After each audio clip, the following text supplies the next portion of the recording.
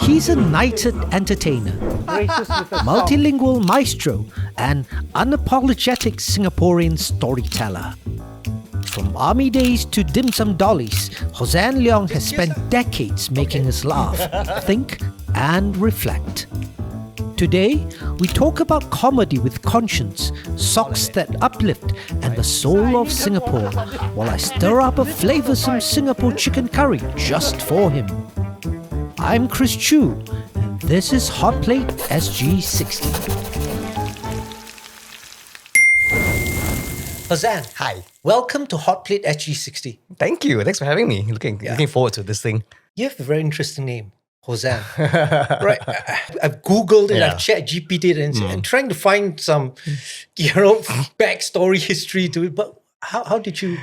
Okay, so that's very interesting because when I was born, my parents wanted to name me Hosanna, actually. But then they felt that Hosanna sounded too much like a girl, like Joanna, Susanna. So they dropped the R. So I became Hosan. But so it was funny because down the road, right, my grandmother, my mother, when I'm a Cantonese boy, they always call me Hosanna, Hosanna. So it stuck anyway. And so when I did my show, my one-man show is always called Hosanna. It's Hosanna! And my latest show was Hosanna the High Arts. So a play on Hosanna the Highest. Okay. So I decided that was my name. Because Catholic? Yeah, I came from a Presbyterian background. So so from there. Okay. And what's with the socks? Okay, I didn't make socks just for the sake of making socks. So this was during COVID, where I wanted to raise funds for the charity I support, which is ARC Children's Centre with children with terminal illness. All charities were very, very affected. So I thought I'll make socks going with words like how like that, right? It's like a question you ask every morning when you get up, how like that? And on the toes, because I work with Talking Toes always has a message at the end of their socks. And the end of the socks just says, just do lah.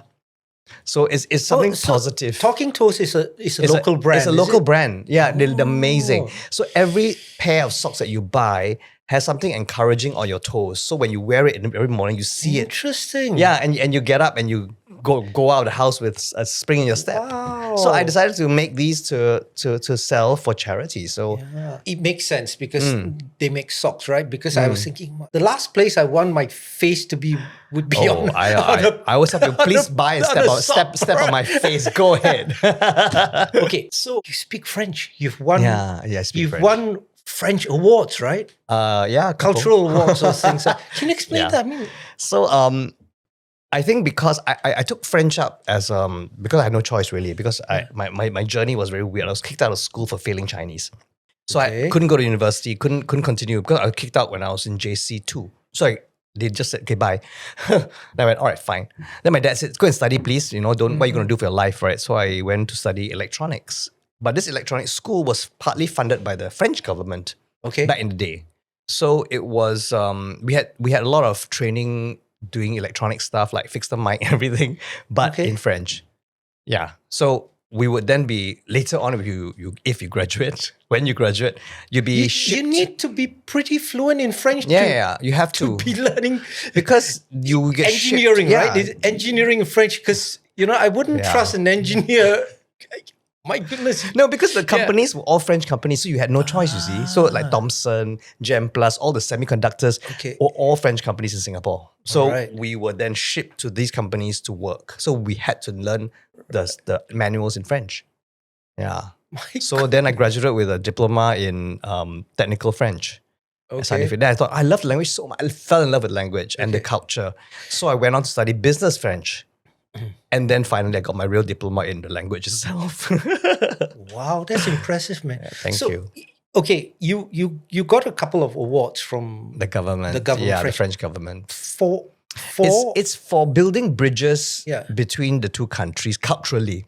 How cultural did you do that? Bridges, because I felt a lot of people were rubbishing Singapore, rubbishing France, and I said, how there's so many things in common we have as two different cultures, one in the East, one in the East European continent.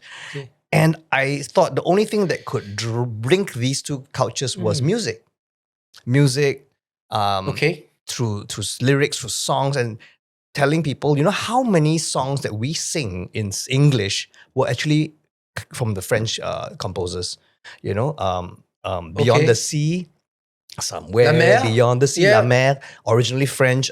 My Way, originally French, Okay. Comme d'habitude. So many songs. Everybody knows La Vie En Rose. Okay. So Okay. yeah. Here's the moment. Sing in Sing French for our French audience. For your French audience, Yes. bonjour. Well, make an introduction in French and then Je vais vous please- chanter une chanson d'Edith Piaf et ça s'appelle La Vie en rose parce que c'est le plus simple en ce moment. Quand il me prend dans ses bras, il me parle tout bas, je vois la vie en rose. Il me dit des mots d'amour, des mots de tous les jours, et ça me fait quelque chose. Il est entré dans mon cœur une part de bonheur dont je connais la cause. C'est lui pour moi, moi pour lui dans la vie. Il me l'a dit, l'a juré pour la vie. Et dès que je l'aperçois, alors je sens en moi mon cœur qui bat. Bravo. Merci. Bravo. So it was through Amazing. songs, through music, through culture that I started to bridge the two cultures together. And that's why the French government kind of recognized what I've been doing over the years and said, here's a knighthood. So I got a knighthood. Wow, that's I just want you a are chateau. you are a French knight, right? Yeah. Amazing. Thank you. It was a real honor. I was very, very touched and moved when I got offered to be conferred that title. Amazing. Thank you. You wear so many hats, and people think of you as a comedian, as a theatre diva. I don't know. Now, that's what I want to ask you back. Is the diva word a negative or positive connotation? I need to know because everyone's been saying, diva means I think it's a presentation. I Okay. don't think it's positive or negative, but the way you present yourself, it's self-effacing, right? It's not, I'm a diva, listen to me all the time, but it's Right. like, self-referencing. Because when people say, parody. she's such a diva, or he's such a diva, it's always a, I think the word has definitely evolved. right. I think for me, diva is like he or she is not ashamed of She their deserves the personality. title diva, Yeah, right? and because just- she's done all this Just work. do it. Yeah. Thank you. Yay. So you wear so many hats. To you, are you all of this, or which one is most prominent for you? My artistic side would be an entertainer, all right? Then I entertain in front of people. That's me, okay? I can sing, I can act, I can tell jokes, whatever. Then it's always the creative side as well, where I create. I sit behind the computer, I write, or I direct, or I produce. Okay. So it's very hard to encapsulate what I do because I thank God that I've got this creativeness in me I'm able to bring it across. So yeah, I don't know. I also manage 2 companies. I am also an entrepreneur. Yeah, you're also a corporate trainer, A corporate right? trainer. I teach. Also, I do master classes. I do keynote speeches. There's so many things that we do that I think is very hard to put a label on. And sometimes I feel that, I'm just so used to it now. I got in the Grab just now coming here and the guy, hey, you're the comedian. I'm like, yeah. Yeah, that's one part of me, very small part. And in fact, I'm not very funny in real life. But so I don't know. I can't place myself. But how would you place yourself? Now you're hosting a podcast. Yeah, But you cook. So, that's the most curious Right? thing, right? So I have a degree in government and politics. There you go. Yeah. So I have electronics. Hello. one day I discovered that I could actually cook. And I just do it. Okay. In a lot of things that I do, except for one thing, a pastime of mine, which I love, music. Music, I love passionately. Okay. I'm okay, I Right. play many instruments, Right. but I can't make a living, I wouldn't quit my day job over it. But strangely enough, for cooking, somehow I could quit my day job and sort of, And you have. yeah, sort of like, Yeah. and this incarnation as someone in front of the camera is actually due to my wife. Right? She's an excellent producer, Yes. and somehow or other she makes me look good. Right? Yeah. But a lot of entertainers like to be niched. It helps them progress in their success because if you are known as, say, Uncle Roger, Roger Ng, Malaysian boy made good, worldwide phenomenon, right? Ronnie Cheng, and they're just doing the same thing and just building True. upon that reputation. Because these people have a big market. They have a huge market. I mean, Ronnie, hats off to him. A really great guy. Really made it on the Daily Show, right? People have asked me, why don't I try? And I thought to myself, I would have if I was given the opportunity, or I would have if I had more guts to leave everything behind and go. But then I was getting work here. I was getting so much work. And I was given work that I could diversify. I was given radio. I was given production, theatre, TV, film, music. I was able to compose. I was like, where else in the world do you get a chance to do so many things and get paid for it and be a freelancer? I do get it. I do get it. I mean, if you were niched into something, paycheck may be bigger, but you would not be exploring all your talents, right? And being able to learn, for me, is always a learning journey, continually learning, because, as we get older, things fall behind very quickly. You fall behind very quickly because technology, because, your younger people are catching up. So I always try to catch up with the younger people, go like, okay, what are you doing? What's this? What's AI? Can I code? Can I learn? So I think it's very important for us as, don't get left behind, and don't let people tell you can't. Because it's not going to be any good for your mental health, right? So that's my constant. So a quick segue. What do you think of AI? I think it's here to stay. You can't ignore it.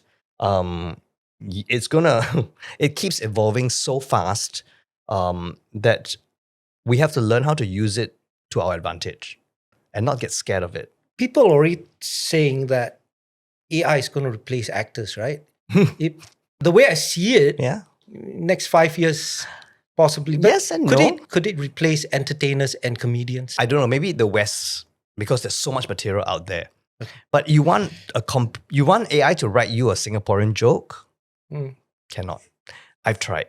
We have tried. We tried to experiment with it, but it cannot. Try in the voice of Hossan Leong, write a stand-up. Cannot.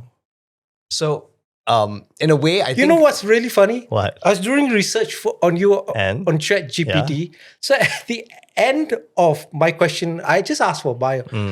Would you like me to write a script for you in the voice of Hossan Leong? Because I've been asking that before. So obviously... I didn't try it, but that was his prompt to me. He asked me whether I wanted a script written in... That's how artificial intelligence is, because obviously it's taken my question that I asked it many years ago and it hasn't forgotten, which is great, but still lose like AI. Okay, you're the Singapore boy, right? Uncle, uncle. What is the Singapore brand of humor? I think our Singapore brand of humor keeps changing as well. So when I first started out with, Kumar was a whole different ball game because he used to work clubs. So his humor was very club. And when I first started out, my first stand-up comedy was to a theatre audience and I stood there for 2 hours. That was my set, 2-hour set. It was unheard of. So my humor is very observational. Some people play, Singapore versus Malaysia, blah, blah, blah. I find it very tiring. So I said, do you have no more jokes? Do you have other things to talk about? Because I think we need to evolve. So I think the Singapore brand of humor needs to be more intelligent, I feel. Okay. And I think it's slowly happening. Give me an observational joke that you have come up with recently. Because I really don't know what that means. It's to observe things around you. And then, for example, like I've started Pilates. And I don't know if you do Pilates, but it's quite amazing the terms they come up with. And then the instructor that I work with, she's amazing. But she tells me things like, I want you to press your toes. You press your toes and then you press the dorsiflex, then this flex. So I'm like, I have no idea what you're talking about, but I try. I want you to put your indentation on the bed. Indentation? So I try to indent but the things like that lah. So it's, I get it. And then you recount. But you recount it in a funny way. You have to write it. Of course, I'm just babbling now, but you recount it in a way that is sharp. It tells a story to the point, and there's a punchline. And then people will identify with it because they go through it. What happens on the MRT, what happens on the bus. I observe. Things that happen around us every day. A lot of the most popular comedians, their humor is cruel, right? If they weren't comedians, they would get their lights punched out. And some of them have, I think, after they leave the stage, right? Yeah. Why do you think that humor needs to be so cruel? Or is it? It all depends on the personality, right, of the entertainer. Some people do it to provoke. Some people do it because it makes themselves look good. Yeah. Some people do it because they feel that they have something to say. So in my case, I don't want to provoke. There's no need. For me, it's more about, hey guys, this is what's happening in society. And it's actually quite funny. So I hold up a mirror to society and say, this is you. A Shakespearean comedian. Wow. Never thought of that. To be or not to be. Yeah, this is you, auntie, on the MRT when you try and fight for a seat, you know? This is you at the market cutting my queue. Why? So you live across the border. Why have you chosen to live across the border? Oh, it's because of work reasons, really. Because my partner and I have started a company in 2015. Yeah, wow, 10 years ago in Malaysia to further our work. So Singapore still is our main headquarters. But the reason why is because when you start a business in another country, you inevitably have to meet people. Yes. You have to make contact, you go network, there's a lot of things. Yes. So Johor is the best place to be because I can hop, skip and jump back to Singapore anytime. Sure. I can walk across the crossway. I've done that. Or fly to KL, fly to Penang, fly to Ipoh, Wow. from Johor. And it's a domestic flight. So we started a private limited in Malaysia. And because of that, we have to stay there and make the business work as well. Just curious, what did you start in Malaysia? What kind So of... it's a corporate training. So so we deal with we teach media management, media training. We do crisis management, presentation skills. But tell us more about this side of your life, which is like, started out as a French-speaking engineer. Now went on to be Singapore's famous comedian. Now corporate trainer. I mean, what do you do? It's a very interesting path, lah. I mean, for me, when I was in school. I literally had 4 ambitions, okay? I wanted to be a lawyer. I wanted to be a teacher. That's 4 more than most people. Yeah, I was very weird that way. A journalist. Or an actor. These 4. And I was resolute. I wanted to really go to university to become a lawyer, a journalist, a teacher. Actor was like, I loved doing, work. So anyway, of course, got kicked out of school, right? So I couldn't get a degree. So lawyer out, journalist out, teacher out. Left actor. But becoming an actor, I have fulfilled the other 3. I played a lawyer a couple of times. I've written, I've done radio, I've become a journalist and teacher. So I have taught acting. I have taught now training people, do voice classes, master classes. So being an actor has fulfilled all the other ambitions as well. So I'm so blessed. So in Malaysia, that's what we do. We train people. How to speak, how to present, how to be in front of camera, especially for people who have to deal with the media. Let's say something bad happens to your company. Okay, you have to face, as CEO, you have to face Bloomberg, CNBC on TV and talk about it, or they ask you about your finances. How do you be credible without your stocks and shares tumbling after your interview? Do you know what I'm saying? Yeah. So that's how because we've been on this side of the camera, we know what the journalist will ask you. So we train you not to answer the question. Yeah. So it's pretty fun in a sense because it's very challenging because every industry has their own. So you give one-on-ones with CEOs. So how do you train? I mean, how do you train them? Is it a classroom? It's basically like this. So we put them on camera, and most of the time, a lot of people don't see themselves on camera. So you have to tell them, this is what you look like. This is what you sound like. You look nervous. You look unsure. You don't know your answers. You don't look credible. Your stakeholders and your board of directors are going to come down on you. So how are you going to be credible in front of the camera and your audience? I'm going to finish with this question. Singapore at 60. What are your reflections? We have really come very far. But I think resting on our laurels is not the way to go. We need to constantly evolve, constantly upgrade, constantly learn. We are so small in ASEAN, in the world. And I hate it when people say you are just a little red dot. We say it ourselves. If you say, Actually, who came up with that? I don't know, they think they're very clever, somebody up there. You are not a little, they most say you're little. Yeah. You disqualify yourself. You are not a little red dot. You are very powerful, so you need to know where you stand in the world. You say you're little, then you're little, lor. Absolutely. Yeah. I think maybe they meant to imply a David and Goliath scenario. Right? That doesn't come through for me, lor. Okay. If you're a David and a Goliath, then who's Goliath? The rest of the world? We can't survive. Yeah.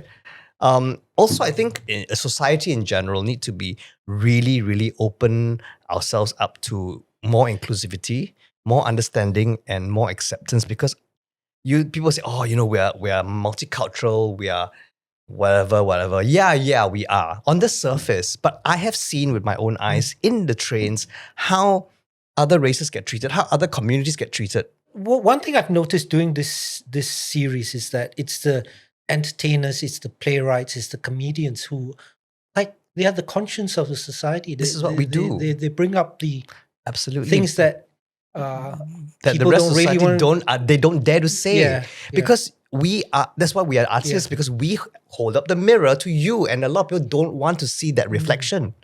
Look, I've gone through 30 years of this entertainment and the arts, having doors slammed in our faces all the time. I think it's important that the other side of the door should take our hand and let's talk, rather than slamming shut. The dialogue has to go on. Otherwise, where are we going to end up? Okay. On that note, very cheerful. On that note, let's look at some photos. The Army Days. Tell us about this. Army Days was the play, I think, in the late 90s that made the community sit up and notice me, because what happens, I really loved the play so much. I saw it, I laughed and laughed and laughed, and I thought, this is me on stage. I can see, this is Singapore. So Singaporean. Yep. And Michael Chang was amazing. He wrote this amazing script. So when they restaged it in the 90s, because it was done in the 80s, I auditioned for it. I didn't get the lead role of Malcolm Pung. So I was a bit disappointed, but life goes on. This is what you get, more rejections as an actor than a lover. Okay, so I went, okay, never mind. Then one day I got a call from them, and they said, "What are you doing tomorrow?" I said, "Nothing. Can you come tonight to watch the show?" I said, "I saw it already." "No, come, because you might need to take over the lead role tomorrow." I mean, what? So I got there, gave me the script. I sat in the audience. It was dark. I had to write exit entrance. Malcolm goes where? Blah, blah, blah. And the next day, I went in at 2 p.m. to rehearse. And then that night, 8 p.m., I went on. And so in less than 24 hours, I had to take over the role of Malcolm. What happened to the actor? Chicken pox. So, I mean, sorry, Nick. Chicken pox, but that cemented in the eyes of the directors and the community that I could do it, that I was serious. Because in that play was Yu Bing, Selena Tan, so many, Emma Yong, so many of my cohorts suddenly went, "Hey, you're a real actor." Huh? I'm like, "Oh, yeah." Impressive. So all it needs is that one opportunity. So I tell people, don't ever give up. You never know. No matter how old you are, you could be at 60 and suddenly you get this lead role. It's fine.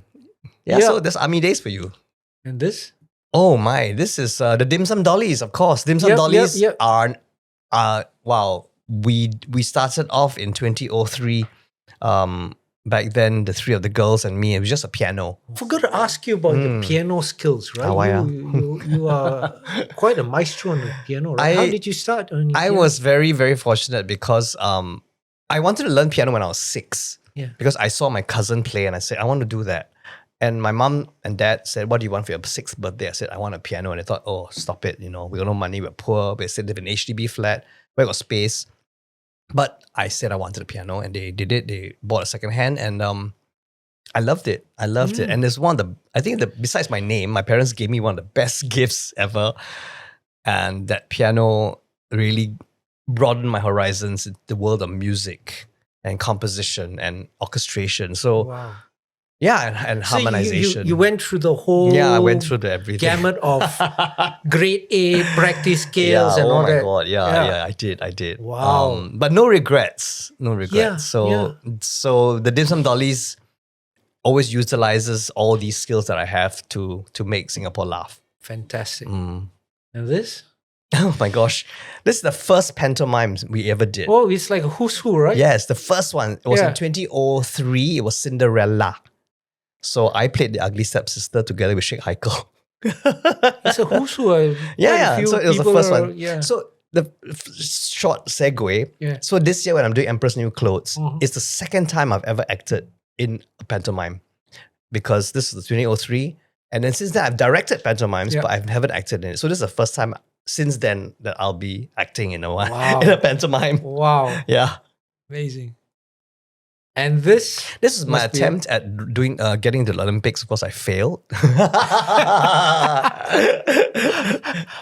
What are you doing here? The relay race. Like, a the relay. baton. Okay. Yeah, no, I was never an athlete. So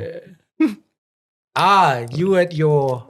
Is this the piano that... No, this is at church. So when they decided that I could actually finally reach the pedals of Hartley. I love the flat jeans. Right? Yeah. Oh my God, it's so 70s. Yeah, it is. So I started playing the piano for church when I was 10, maybe. Oh, it's impressive. Yeah, I could hardly reach, man. Okay. All right.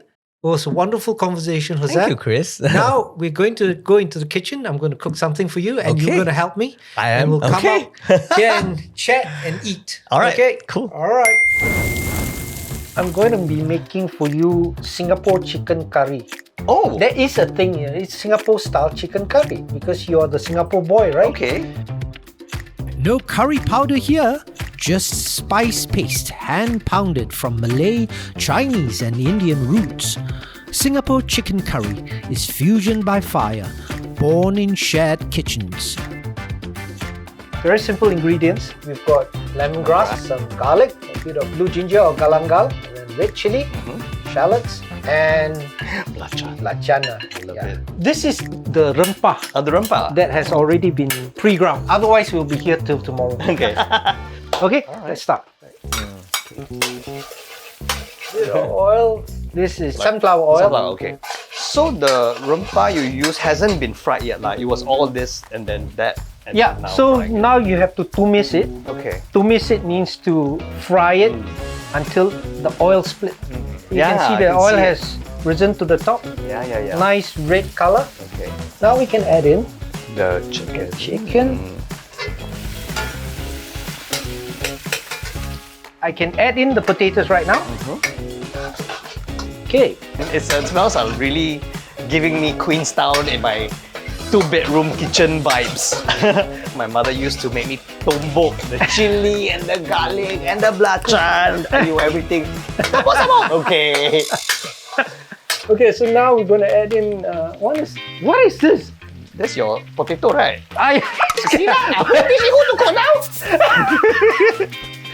Potato water. Potato water. Gonna add it. Why must be potato water?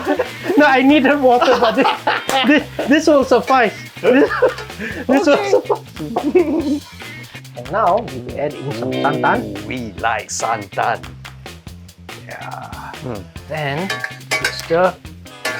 It takes roughly 20 minutes for everything to cook. Okay. All right. Okay, this Now- is what? Sugar. Yeah. I need to add. Just You see again who thinks who do how to cook? Okay, agar-agar the sugar, and then give it a good stir. Smells great. And we're gonna let it simmer for 20 minutes. Okay, Hossan, Yes. hope you're hungry. I am So this hungry. is the Singapore-style chicken curry. Yes. I'm gonna serve you some rice. I'm gonna toss the salad. Okay, go ahead. Of course. There you go. Do all the- Voila. Ooh, okay. Okay, let's Okay, go. please. Oh, confirm anyone can eat, even people who say they don't eat spice. Yeah. Because some people cannot eat pedas, right? Yeah. But I must say the pedas-ness is just there. The hint of pedas-ness. I just made the word up, pedas-ness. And the pedas-SG. It's not too much. Amazing. Yeah. Singapore chicken curry. Simple, just like a Singapore boy. Not shy, I'll say. A chicken curry without curry powder, thick with santan, tender with history, and made to please every palate. Around this table, Hossan reminded us Singapore's flavour doesn't come from any one spice. It's the blend, the mix, the Rojak soul of a place that's still learning how to be whole. I'm Chris Choo, and this is Hotplate SG60.